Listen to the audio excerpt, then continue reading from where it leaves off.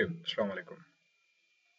मेरा नाम ज़िशान है और this is one of the first lectures that we will be recording. आज हम बेसिकली इस पहले लेक्चर में डिस्कस करेंगे ऑटोडेस्क माया।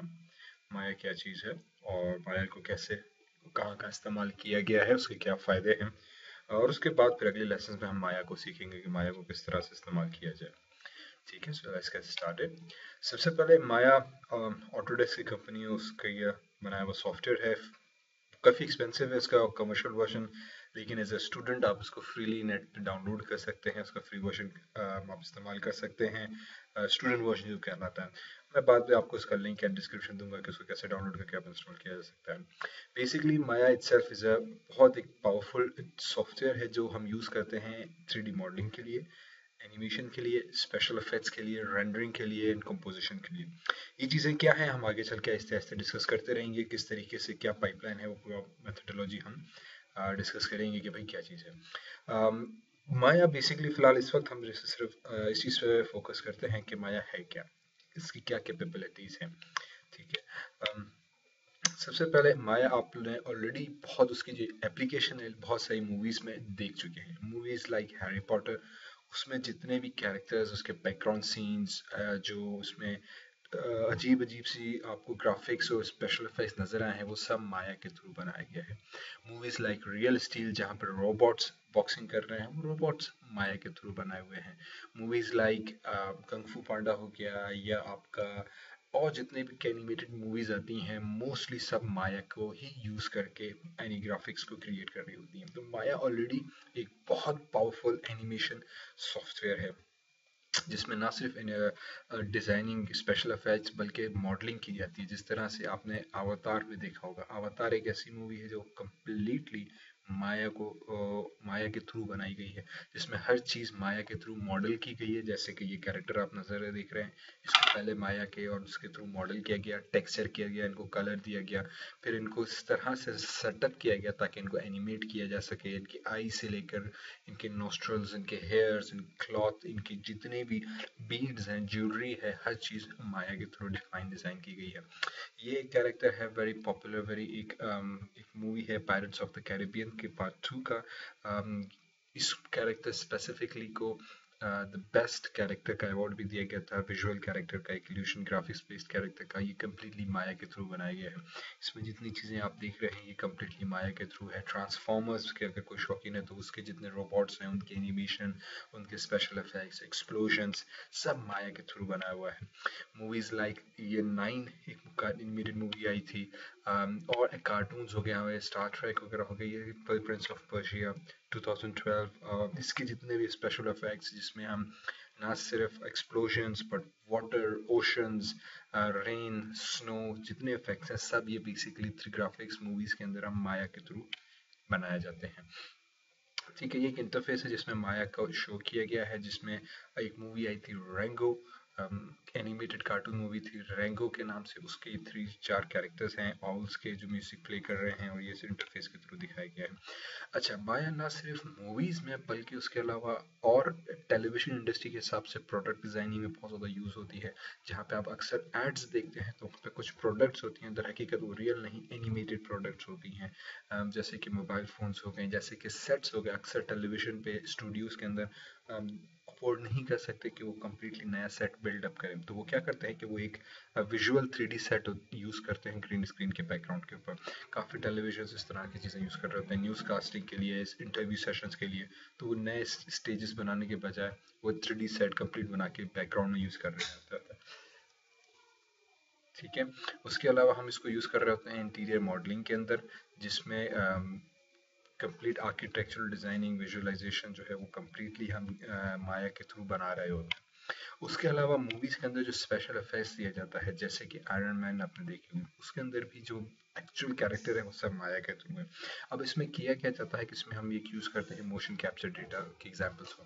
जैसे कि ये सीन आप देख रहे हैं, इसमें जो कैरेक्टर्स हैं they are using they are being using motion capture data, और ये जो ब्लैक एंड वाइट डॉट्स नजर आ रहे हैं ये सेंसर्स के लिए यूज़ किया गया है। जैसे मैंने आपको बताया था पायरेट्स ऑफ कैरेबियन के अंदर ऊपर इसका सीन आपको नजर आ रहा है जहाँ पे कैरेक्टर्स मोशन कैप्चर डेटा के डॉट सेंसर्स पहने हुए हैं। तो जैसे वो मूव करेंगे, पोजीशन चेंज करेंगे, वही उनके 3D कैरेक्टर्स के अंदर रेप्लिकेट होगा। तो ये कम्प्लीटली सीन जो है वो 3D बना हुआ है, जितने कैरेक्टर्स हैं 3D हैं, लेकिन उनकी जो एनिमेशन है वो एक्चुअली ह्यूमन कैरेक्टर से आ रही है।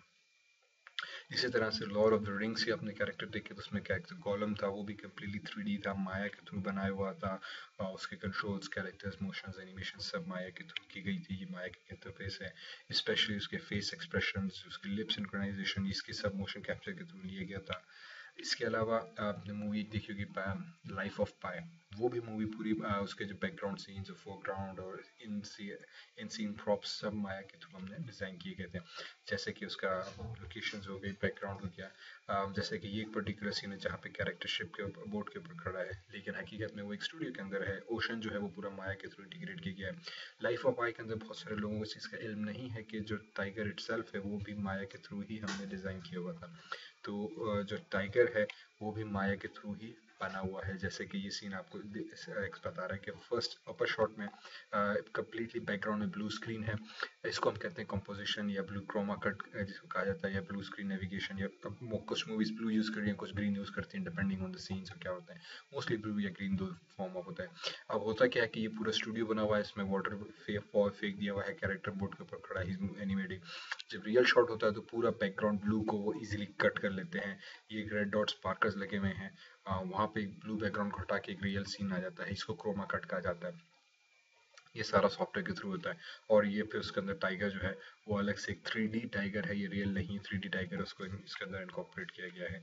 इसी तरह से फॉर एग्जांपल लाइफ ऑफ पाई के अंदर एक ये सीन था जिसमें कैरेक्टर जो था वो जहाँ पे बहुत सारी फिशेस फ्लाई कर रही होती हैं, ये एक्चुअली ये भी पूरा 3D सीन है, जहाँ पे इवन जो बोट है दैट बोट उसको भी माया के अंदर ही बनाया गया था। जितने प्लैंक्स, फिशेस जो फ्लाई कर रही हैं, उनके शेडोज, ये पूरा एक 3D सीन है। इवन उस सीन में बंदा जो डंडी पकड़ा हुआ होता है वो डंडी भी एक्चुअल में रियल नहीं 3D डंडी थी।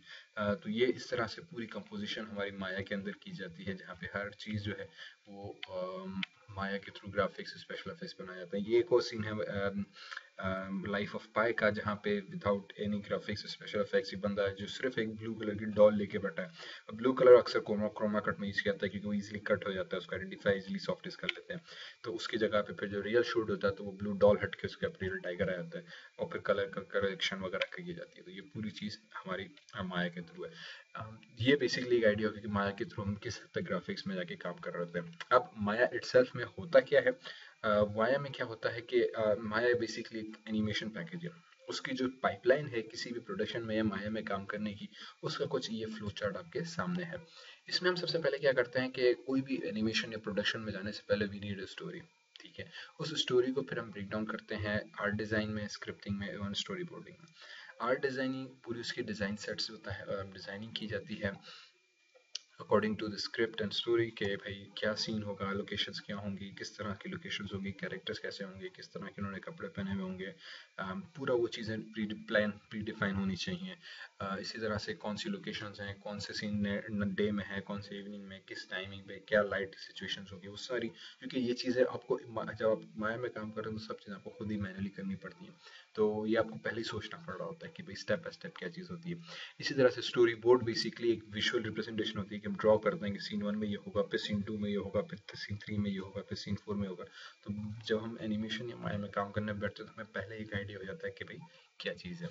उसके बाद एक्चुअल अच्छा इस इन तीन चीज़ों का माया से इटसेल्फ कोई डायरेक्ट ताल्लुक नहीं है।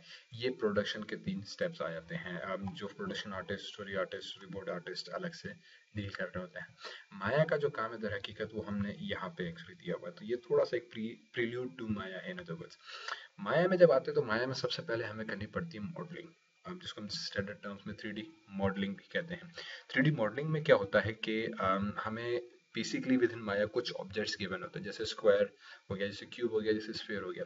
मॉडलिंग हम कहते हैं जब हम उस क्यूब को कन्वर्ट करते हैं एक ह्यूमन कैरेक्टर के अंदर। ठीक है, जिस तरह से मिट्टी के ढेर को उठा के मोल्ड करके एक स्कल्पचर बनाया जाता है, उसी तरह से मॉडलिंग भी की जाती है, लेकिन हम वो कंप्यूटर के अंदर करते हैं। उसमें कोई भी एक शेप प्री डिफाइंड उठा के, जैसे स्क्वायर हो गया, उस क्यूब को हम कन्वर्ट कर सकते हैं बिल्डिंग के अंदर।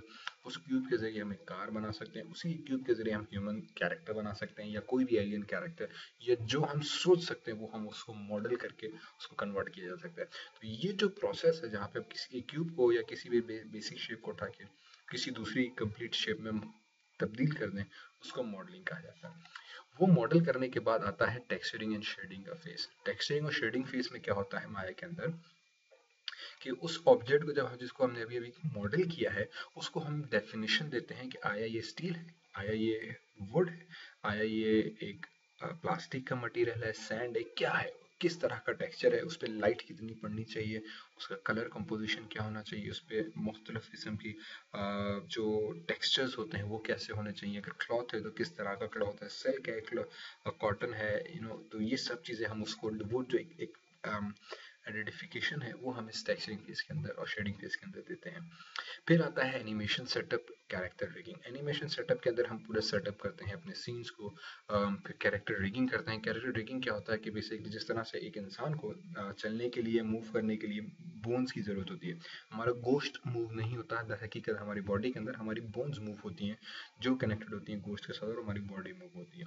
तो जब हम मॉडल करते हैं तो बेसिकली आप उसको इस तरह से सोचें कि वो एक एक्सटीरियर बॉडी का पार्ट है, ठीक है, जैसे स्किन हो गई।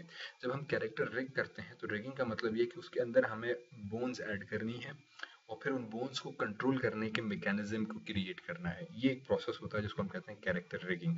इस चीज़ को डिटेल्स में जब हम कैरेक्टर रिगिंग के पार्ट पर पहुंचेंगे तब डिस्कस किया जाएगा कि कैसे की जाती है, क्या होती है।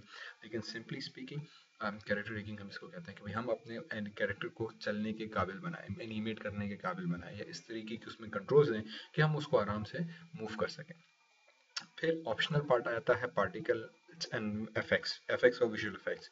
यहाँ पे फिर वो एक्सप्लोजन, स्मोक हो गई, फायर हो गया, रेन हो गया, स्नो हो गया, इस तरह के एक्सप्लोजन इफेक्ट्स या जितने भी स्पेशल इफेक्ट्स हैं वो किए जाते हैं। बिल्डिंग्स एक्सप्लोड होना, उसके जो पार्टिकल्स, उसके शटर होना, उसके पीसेस निकलना, खिड़की का टूटना, गाड़ी के टुकड़े उड़ना, ये सारे जो स्पेशल इफेक्ट्स हैं वो किए जाते हैं। इसी तरह से उसको फिर फाइनली मोशन दिया जाता है, उन चीज़ों को मूव किया जाता है। फिर आ जाता है हमारे पास सेटअप, लाइटिंग और कैमरा सेटअप का। लाइटिंग ऑफ कोर्स अब ये तरतीब एग्जैक्टली ऐसी ज़रूरी नहीं हो कि ऐसे ही हो, लेकिन ये वो फेजेस हैं जो कि कॉरस्पॉन्ड करते हैं, ठीक है। क्योंकि अक्सर प्रोडक्शन स्टूडियोज में क्या होता है कि कुछ लोग मॉडलिंग के बाद डायरेक्टली लाइटिंग पर आ जाते हैं, कुछ लोग कैरेक्टर सेटअप कर रहे होते हैं, कुछ लोग कैरेक्टर रिगिंग के साथ साथ टेक्सचरिंग कर रहे होते हैं। तो अब कल आज इसका कोई एक सीक्वेंस नहीं है कि यार इसी सीक्वेंस में चीज़ें प्रोसीड होंगी, लेकिन इन अ नटशेल ये जितने सारे फेजेस हैं। लाइटिंग भी बेसिकली जिस तरह से हमारी रियल वर्ल्ड में हमें रोशनी चाहिए देखने के लिए, इसी तरह से माया के अंदर भी हमें रोशनी चाहिए देखने के लिए, हमें रोशनी की ज़रूरत होती है। तो हम भी इसमें एक वर्चुअल लाइट्स क्रिएट करते हैं जिस तरह से रियल वर्ल्ड में है, ताकि हमें पता चले कि शेडो कहाँ से आएगा, लाइट कहाँ पर है, कहाँ पे हाईलाइट्स आने हैं, कहाँ पे रिफ्लेक्शन आनी है, वगैरह वगैरह की चीज़ें। और फिर ऑब्वियसली कैमरा सेटअप चाहिए क्योंकि सारा एनिमेशन एक विजुअल कैमरा सिनेमेटोग्राफी फर्म है, मूवी हम बना रहे हैं तो हमें वर्चुअल कैमरास हम क्रिएट किए जाते हैं। फिर फाइनली प्रोसेस आता है रेंडरिंग का। रेंडरिंग बेसिकली क्या करता है कि इस तमाम रॉ डेटा को उठाकर कंपाइल करके एक फाइनल इमेज के फॉर्म में, एक रिप्रेजेंटेबल इमेज के फॉर्म में, एक आउटपुट की सूरत में हमें एक इमेज देता है, एक वीडियो या एवीआई देता है। तो रेंडरिंग बेसिकली एक सिंपल प्रोसेस है जो सब मॉडल को कैलकुलेट करेगा कि भाई कौन सा टेक्सचर है, कहाँ मॉडल है, क्या रिगिंग है, कहाँ एनिमेशन है, क्या एक्सप्लोजन, कहाँ कैमरा, लाइट, एंगल, सबको कैलकुलेट करके आपको एक फाइनल आउटपुट देता है। उसके बाद फिर ये पोस्ट प्रोडक्शन में हम आ जाते हैं जहाँ पे हम कंपोजिशन करते हैं, video edit, video and sound editing वगैरह करते हैं। ये फिर पोस्ट प्रोडक्शन के प्रोसेस आ जाते हैं जिसमें एडोब प्रीमियर या न्यूक या इस तरह के दूसरे पावर डायरेक्टर वगैरह हो गए, दूसरे सॉफ्टवेयर इस्तेमाल किए जाते हैं। तो ये बेसिकली एक सिंपल सी पाइपलाइन है जो कि हम एनिमेशन के अंदर फॉलो कर रहे होते हैं। इनके एक एक सेटअप्स को डिटेल में हम आगे चल के through out different video lectures discuss करते रहेंगे, ठीक है। ये वही चीज़ें जो मैंने भी एक्सप्लोर की कि प्री प्रोडक्शन जो होता है उसमें story, visual, technical consideration, scripting, ये सारी चीज़ें जो है आ जाती हैं कि भाई क्या डिज़ाइन होगा, कैरेक्टर कहाँ होगा, लोकेशन वगैरह क्या होगी। मॉडलिंग जब हम करते हैं तो मॉडलिंग बेसिकली मतलब ये कि हर एक चीज़ का मॉडल करना। जैसे कि ये आपको वीडियो नज़र आ जो क्लिप नज़र आ रहा है इसमें लॉर्ड ऑफ द रिंग का कैरेक्टर है ओलिफेंट, उसका एक मॉडल। तो ये पूरा कैरेक्टर भी मॉडल किया गया है माया के अंदर। उसकी एक एक स्ट्रिंग, एक एक रस्सी, एक एक चीज़ जो है वो मॉडल की जाती है माया के अंदर। तो प्रॉप्स आ जाते हैं जिसमें चाकू, छुरी से लेकर एक टेबल, बिल्डिंग, हर कुर्सी, हर चीज़ मॉडल की जाती है ओके। उसके बाद फिर आ जाता है हमारे पास प्रोडक्शन के फेज के अंदर texturing, layout designing, set dressing. ये सारा प्रोसेस जो है, जैसे अभी हमने डिस्कस किया कि पूरा हमारा माया के अंदर किया जाता है कि भाई कौन सा टेक्सचर होना चाहिए, डिजाइनिंग, सेट ड्रेसिंग वगैरह, रिगिंग, कंट्रोलिंग, पार्टी का फेस, डायनामिक्स, हर चीज़ें हमें ऐड की जाती हैं। फाइनली पोस्ट प्रोडक्शन में जो वीडियो एडिटिंग होती है कि ऑफकोर्स मुख्तलिफ सीन्स को मुख्तलिफ तरतीब और तख्लीक किया जाता है, फिर उनको कैसे आपस में जोड़ा जाए, किस तरतीब में जोड़ा जाए, कौन सी चीज़ें मुनासिब, नाकुल, नामाकुल हैं तो उनको काट दिया जाता है। फिर उसके साथ आवाज़ का मिलाप किया जाता है कि किस तरह से आवाज़ को वीडियो के साथ मर्ज किया जाए, फिर उनकी फाइनल कंपोजिशन, कलर करेक्शन वगैरह हो, और पूरी पैकेजिंग और डिलीवरिंग का सेटअप जो है, ये पूरा एक पोस्ट प्रोडक्शन। इसकी अलग टीम होती है, अलग बंदे होते हैं, अलग मेथडोलॉजी अलग टर्म होती है करने का। ठीक है, इसके लिए ऑब्वियसली माया यूज़ नहीं होता इन चीज़ों के लिए। इनके लिए हम अलग से टूल्स हैं, जैसे मैंने कहा कि एडोब प्रीमियर हो गया, न्यूक हो गया, ये कॉमनली यूज़ किए जाते हैं। इसके अलावा साउंड के लिए एडोब के साउंड बूथ हो गया, आपका साउंड सोनी का साउंड फोर्ज हो गया, मुख्तलिफ सॉफ्टवेयर हैं जो कि यूज़ किए जाते हैं इन चीज़ों के लिए। ठीक है, ये एक स्नैपशॉट है माया का। हम लोग अभी इस ट्रेनिंग सेशंस के अंदर माया 2012 यूज़ करेंगे। ओके, ये as a said Maya Autodesk की वेबसाइट पर बेसिकली फ्री अवेलेबल है for 1 year as a student package. तो आप डाउनलोड करके for a free learning purpose के लिए आप यूज़ कर सकते हैं free of cost. Otherwise it's expensive to buy, बहुत महंगा है, इसको आप इस्तेमाल अगर करने बैठे तो बहुत महंगा पड़ेगा आप लोगों को। कमर्शियल वर्जन इसका, लेकिन सीखने की गरज से आप इसको फ्री में डाउनलोड कर सकते हैं ऑटोडेस्क की अपनी वेबसाइट से। ओके, वहाँ पे जाके सिर्फ स्टूडेंट लर्निंग एडिशन को सर्च करें, आपको लिंक मिल जाएगा, डाउनलोड करें। डाउनलोड करने के बाद आपको रजिस्टर करना पड़ेगा, वो फ्री ऑफ कॉस्ट रजिस्ट्रेशन है, वही नाम वाम देके जो नॉर्मल एक फॉर्म होता है वो भरें, आपको इसका लाइसेंस मिल जाएगा for 1 year as a student free package. Okay, thank you very much, hope to see you in future classes.